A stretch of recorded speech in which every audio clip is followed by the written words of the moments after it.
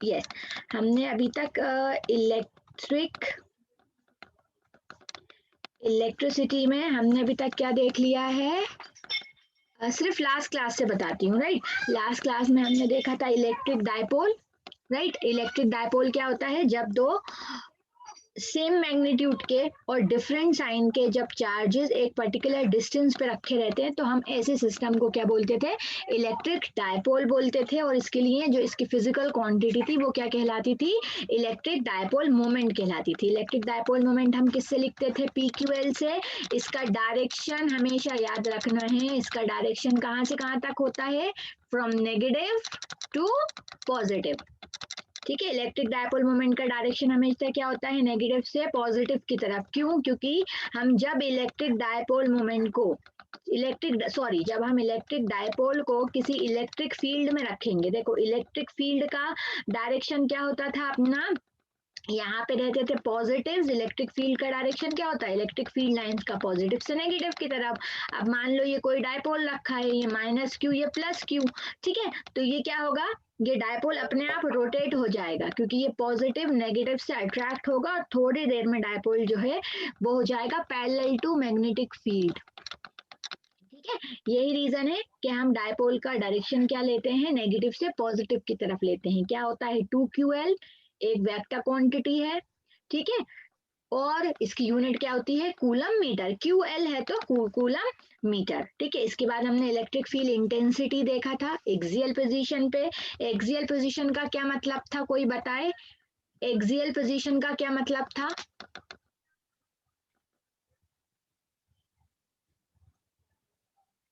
Yes, axial position का क्या मतलब था, मैम हॉरिजॉन्टली नहीं, हॉरिजॉन्टली नहीं कहेंगे। यस मैम, वर्टिकल जी, एक पॉजिटिव लेंगे एक नेगेटिव लेंगे जिसमें डिस्टेंस होएगा जी। हाँ, कुछ बार साइड रखेंगे जी, जी किसी सॉरी, 2 पॉइंट के राइट साइड, मतलब किसी भी साइड रख सका जी, बार हाँ, रखेंगे जी।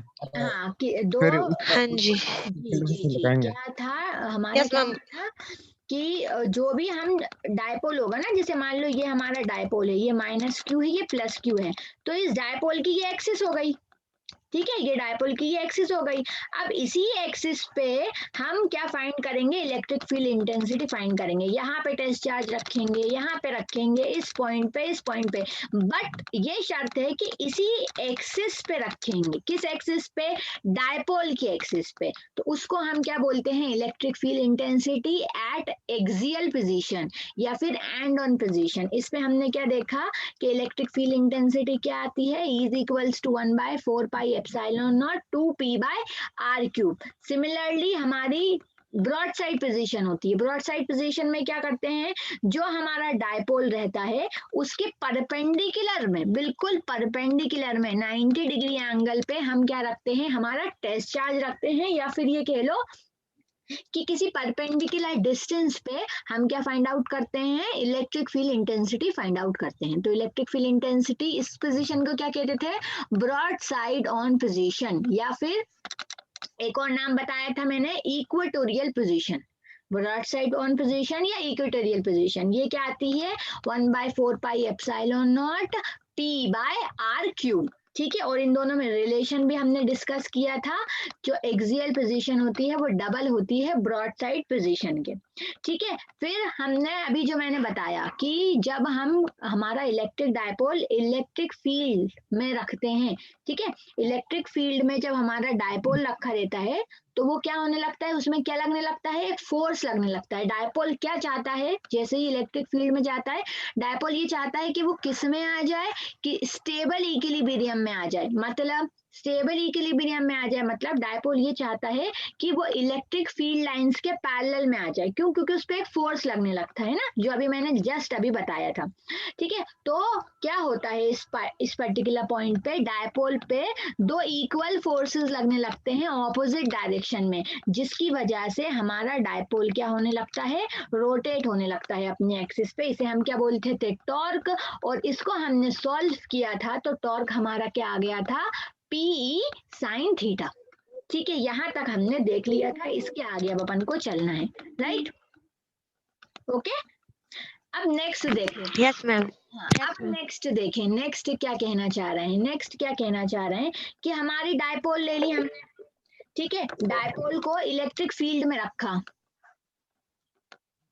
एक हमारा डायपोल है और इलेक्ट्रिक फील्ड में रखा है। क्या होगा डायपोल जब इलेक्ट्रिक फील्ड में रखा रहेगा तो? स्टेबल पोजीशन मारने की कोशिश करेगा जी। हाँ, या फिर हम ये कह लें कि टॉर्क लगने लगेगा। अब डायरेक्ट हम समझ गए उस चीज को क्या बोलते हैं, टॉर्क बोलते हैं। एक फोर्स लगने लगता है ना, ऑपोजिट डायरेक्शन में हमारे दो फोर्सेस लगने लगते हैं। तो कुल मिला के हमारा जो डायपोल है, हमारा जो डायपोल है क्या करने लगता है, रोटेट करने लगता है। रोटेट करने का मतलब क्या है? अच्छा देखो, डायपोल रोटेट क्यों हो रहा है? क्योंकि डायपोल पे क्या लग रहा है, एक फोर्स लग रहा है। इस फोर्स की वजह से डायपोल रोटेट हो रहा है। डायपोल रोटेट हो रहा है, इसका मतलब उसमें डिस्प्लेसमेंट हो रहा है, एंगुलर डिस्प्लेसमेंट हो रहा है, अपनी जगह से मूव हो रहा है ना। जब रोटेट करेगा तो मान लो ऐसा इनिशियल पोजीशन, कुछ कभी ऐसा हो जाएगा डायपोल, कभी ऐसा हो जाएगा, हो सकता है ना, ठीक है। तो फोर्स लग रहा है और डिस्प्लेसमेंट हो रहा है। इससे आपको क्या समझ में आता है, फिजिक्स क्या कहती है, वर्क डन। अगर किसी चीज पे दोनों दो कंडीशन सेटिस्फाई हो रही हैं, फर्स्ट अगर किसी चीज पे कोई फोर्स अप्लाई हो रहा हो और उसमें डिस्प्लेसमेंट हो रहा हो, इसका मतलब क्या होता है, क्या कहते हैं, इसका मतलब कुछ ना कुछ वर्क डन हो रहा है, राइट, है ना। फिजिक्स में तो यही कहते हैं कि दोनों कंडीशन होनी चाहिए, फोर्स भी लगना चाहिए और डिस्प्लेसमेंट भी होना चाहिए, तब हम कहते हैं कि वर्क हो रहा है। तो यहाँ पे भी कुछ ना कुछ वर्क डन हो रहा है डायपोल की वजह से, डायपोल के रोटेट होने की वजह से, टॉर्क के लगने की वजह से। टॉर्क क्या है, एक तरीके का फोर्स है, लेकिन यहाँ पे डिस्प्लेसमेंट किसकी वजह से हो रहा है, डिस्प्लेसमेंट, एंगुलर डिस्प्लेसमेंट हो रहा है, राइट। तो ये वर्क डन अब अपन फाइंड आउट करने वाले हैं। टॉपिक का नाम क्या है, work done in rotating a dipole. Clear? Yes ma'am. ठीक है, तो अब हमारा वर्क डन क्या होगा, देखो अब हमारा वर्क डन क्या होगा, वर्क हमें फाइंड आउट करना है।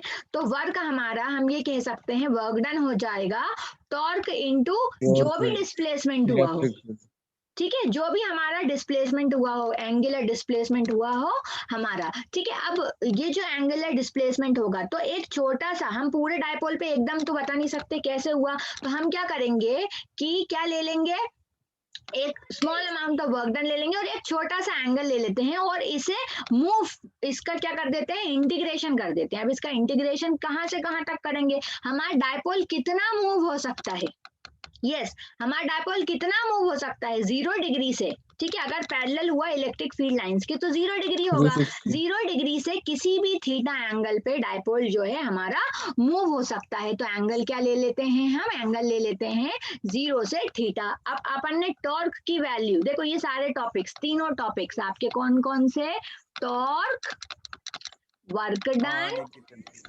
और हाँ और पोटेंशियल एनर्जी, ये सब इंटर रिलेटेड है। अब क्या करेंगे, हम टॉर्क की वैल्यू रख देंगे, डी डब्ल्यू का इंटीग्रेशन तो अपन का डब्ल्यू हो जाएगा, और टॉर्क की वैल्यू रखेंगे तो कैसी क्वांटिटी थी टॉर्क, एक वेक्टर क्वांटिटी थी, वेक्टर के साथ कौन सा एंगल आता है हमेशा, थीटा। कहाँ से कहाँ तक ये रॉड मूव कर रही है, 0 से थीटा डिग्री तक हमारी ये रॉड मूव कर रही है। इज इट क्लियर, यहाँ तक समझ में आया? Yes ma'am. ठीक है, अब क्या करना है, अब तो बस इसका इंटीग्रेशन करना है हमें। तो देखो हमें थीटा के रिस्पेक्ट में इंटीग्रेशन करना है, तो साइन थीटा ही सिर्फ वेरिएबल है, ठीक है। इलेक्ट्रिक डायपोल मोमेंट और इलेक्ट्रिक फील्ड इंटेंसिटी कांस्टेंट है, तो इन्हें बाहर लिख देंगे p, और साइन थीटा का हम क्या कर देंगे, इंटीग्रेशन कर देंगे over the limit 0 to theta, over the limit, जैसे साइन थीटा का इंटीग्रेशन करना है, साइन थीटा का इंटीग्रेशन नेगेटिव कॉस थीटा आएगा, ये तो सबको मालूम है, कॉस सी से आ रहा है, शॉर्टकट है, सी से आ रहा है तो उसका मतलब नेगेटिव हमें लगाना पड़ेगा।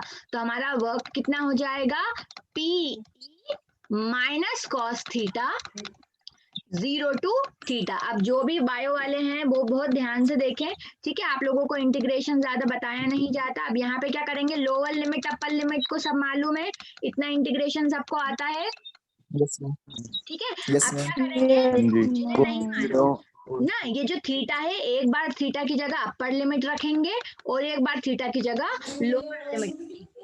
ठीक है, एक बार थीटा की जगह अपर लिमिट रखेंगे, एक बार लोअर लिमिट रखेंगे, तो ये क्या हो जाएगा PE। देखो अब ये मैं एक स्टैंडर्ड बता रही हूँ कि 0 से थीटा गया, जरूरी नहीं है हर बार 0 से थीटा ये आपको क्वेश्चन में पूछें, क्वेश्चन में किसी भी पर्टिकुलर एंगल से पूछ सकते हैं। तो ये एंगल एक वेरिएबल है, क्वेश्चन टू क्वेश्चन डिपेंड करता है, मैं 0 टू थीटा का बता रही हूँ। ठीक है, तो ये हम क्या रखें, माइनस बाहर ले लें अगर, तो यहाँ क्या आ जाएगा, कॉस थीटा माइनस 0 कॉस 0। ठीक है, अब इस कंडीशन में मैं कह सकती हूँ कितना वर्क डन हो रहा है जब डायपोल 0 डिग्री से घूम रही है, तो minus PE cos theta minus 1। इसको उल्टा करके क्या कह सकते हैं हम, PE 1 माइनस कॉस थीटा। ये है आपका work done in a dipole. Clear? आपको देखो फिर मैं एक बारी और बता देती हूँ, एक बार और बता चुकी हूँ, हमेशा न्यूमेरिकल पर्पस के लिए ये ध्यान रखना कि थीटा क्या है। कोई बताए थीटा किसके बीच का एंगल होता है? उनके बीच में जी कितना मूवमेंट हो जी। हाँ नहीं, ये तो सही है, कितना मूवमेंट हो रहा है। देखो थीटा, जैसे कि मान लो ये मैं ट्रायंगल बनाया, ये ट्रायंगल बनाया, अब यहाँ पे 3 एंगल हो सकते हैं ना, ये भी एंगल हो सकता है, ये भी एंगल हो सकता है। अब आप किस में बोलोगे कौन सा है थीटा? आपको याद रखना है थीटा किसके बीच का इलेक्ट्रिक फील्ड का जी, जी, इलेक्ट्रिक फील्ड का जी भाई, इलेक्ट्रिक फील्ड के डायरेक्शन में कितना मूवमेंट है जी। हाँ, थीटा किसके बीच का एंगल होता है? Electric field lines and electric dipole. Theta किसके बीच का एंगल होता है? हमारी डायपोल और इलेक्ट्रिक फील्ड लाइंस के बीच का एंगल होता है। ठीक है, क्लियर? ये याद रखना न्यूमेरिकल पर्पस के लिए बहुत इंपॉर्टेंट है।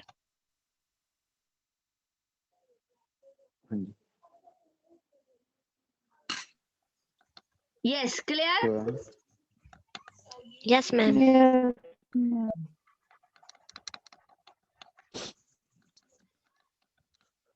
ओके, तो हमारा टॉर्क क्या आया था? टॉर्क क्या आया था बताओ? PE sin थीटा जी।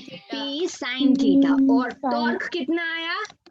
ये एंगल होता है थीटा। देखो अगर ये मैं बोल रही हूँ ये इलेक्ट्रिक डायपोल है, तो ये डायपोल रहा मेरा और ये इलेक्ट्रिक फील्ड लाइन रही, तो इसे थीटा बोल लो या फिर इसे थीटा बोल लो।